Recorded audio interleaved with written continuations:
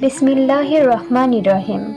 আসসালামু আলাইকুম ওয়া রাহমাতুল্লাহি ওয়া বারাকাতুহু। প্রিয় দর্শক, আশা করছি আল্লাহর অশেষ রহমতে সবাই ভালোই আছেন। আজ আমরা খুবই গুরুত্বপূর্ণ কিছু বিষয় নিয়ে আলোচনা করব ইনশাআল্লাহ। ভিডিওটি প্রিয় ভাই ও বোনদের সকলকেই মনোযোগ সহকারে দেখার অনুরোধ রইল।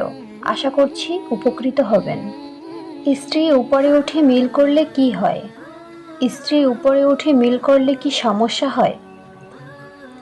স্ত্রী উপরে উঠে মিল করার উপকার। স্ত্রী উপরে উঠে সহবাস নিয়ে গবেষণায় কি বলছে?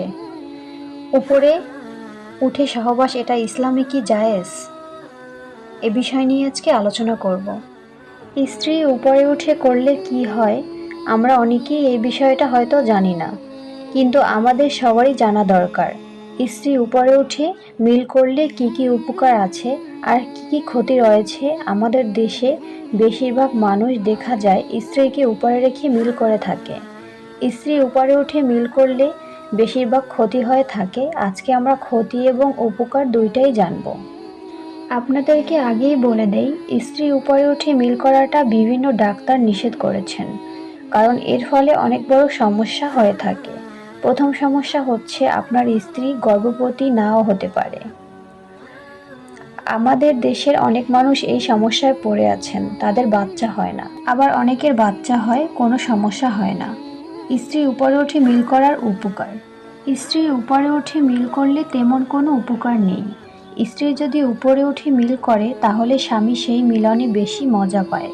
স্ত্রী উপরে উঠে মিল করার কারণে স্বামীর কষ্ট অনেক কম হয়, আর ক্যালসিয়াম অনেক কম খরচ হয়। এই উপকারগুলোই পাওয়া যায়, আর তেমন কোনো উপকার নেই। কিন্তু উপরে উঠে মিল করলে ক্ষতি রয়েছে অনেকগুলা। ক্ষতিগুলো অবশ্যই আপনার জানা দরকার। স্ত্রী উপরে উঠে মিল করলে কি কি ক্ষতি হয়? স্ত্রী যদি উপরে উঠে মিল করে তাহলে দেখবেন আপনার স্ত্রী বাচ্চা নাও হতে পারে। কারণ আপনার স্ত্রী যদি উপরে উঠে মিলন করে তাহলে বীর্য জায়গা মতো যেতে না পারে, যার কারণে আপনার স্ত্রী বাচ্চা হতে সমস্যা হয়, আবার অনেক সময় বাচ্চা হয় না। আর অনেক মেয়ে আছে উপরে উঠে মিল করতে চায় না, তাদের কাছে এটা একেবারেই বিরক্ত লাগে। কারণ উপরে উঠে মিল করলে তাদের অনেক ক্যালসিয়াম খরচ হয়, যার কারণে তাদের শরীর অনেক দুর্বল লাগে আর ক্লান্ত হয়ে পড়ে। স্ত্রী উপরে উঠে মিল করার কারণে আরও অনেক রকমের সমস্যা হয়। অনেক সময় দেখা যায় উপরে উঠে মিলন করার কারণে মেয়েরা তেমন কোনো তৃপ্তি পায় না, আরও নানা রকমের কষ্ট হয়। তাই প্রতিটি স্বামীর উচিত মিলন করার আগে স্ত্রীর কাছ থেকে মতামত নেওয়া, কোন পজিশনে মিল করলে সে আনন্দ বেশি পায়। অনেক স্ত্রী আছে আবার স্বামীর উপরে উঠে মিলন করে মজা পায়, আবার অনেক স্ত্রী আছে স্বামীর উপরে উঠে মিল করে মজা পায় না, কিন্তু স্বামীকে লজ্জায় সেটা বলতে পারে না। স্ত্রী উপরে উঠে সহবাস নিয়ে গবেষণায় কি বলেছে?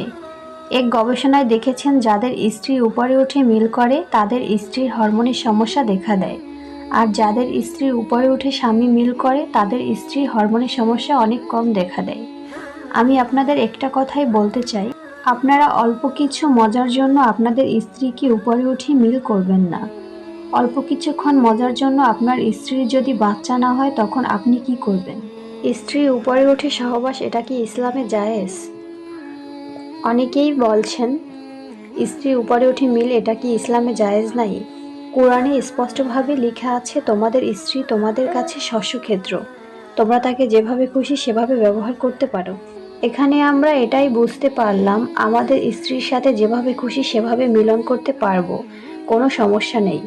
তাই আমরা এখন বলতে পারি স্ত্রী উপরে উঠে মিলন করা এটা ইসলামে জায়েজ। সবশেষে আপনাদের কিছু কথা বলে দেই। আপনি যদি আপনার দাম্পত্য জীবন সুখী এবং সুস্থ রাখতে চান তাহলে স্ত্রীকে উপরে নিয়ে মিলন করবেন না। সবাই চায় তাদের দাম্পত্য জীবন সুখী হোক, তাই আপনিও যদি এটা চান তাহলে স্ত্রীকে উপরে নিয়ে মিলন করবেন না। তো প্রিয় ভাই ও বোনেরা, আজকের আলোচনা এখানেই শেষ করছি। আশা করছি আজকের আলোচনা থেকে আপনাদেরকে একটু হলেও উপকৃত করতে পেরেছি। তো এ ধরনের আরও ভিডিও পেতে চ্যানেলটিকে সাবস্ক্রাইব করে পাশে থাকা বেল আইকনে ক্লিক করে সাথেই থাকবেন। আজকের মতো এখানেই বিদায় নিচ্ছি। আল্লাহ হাফেজ।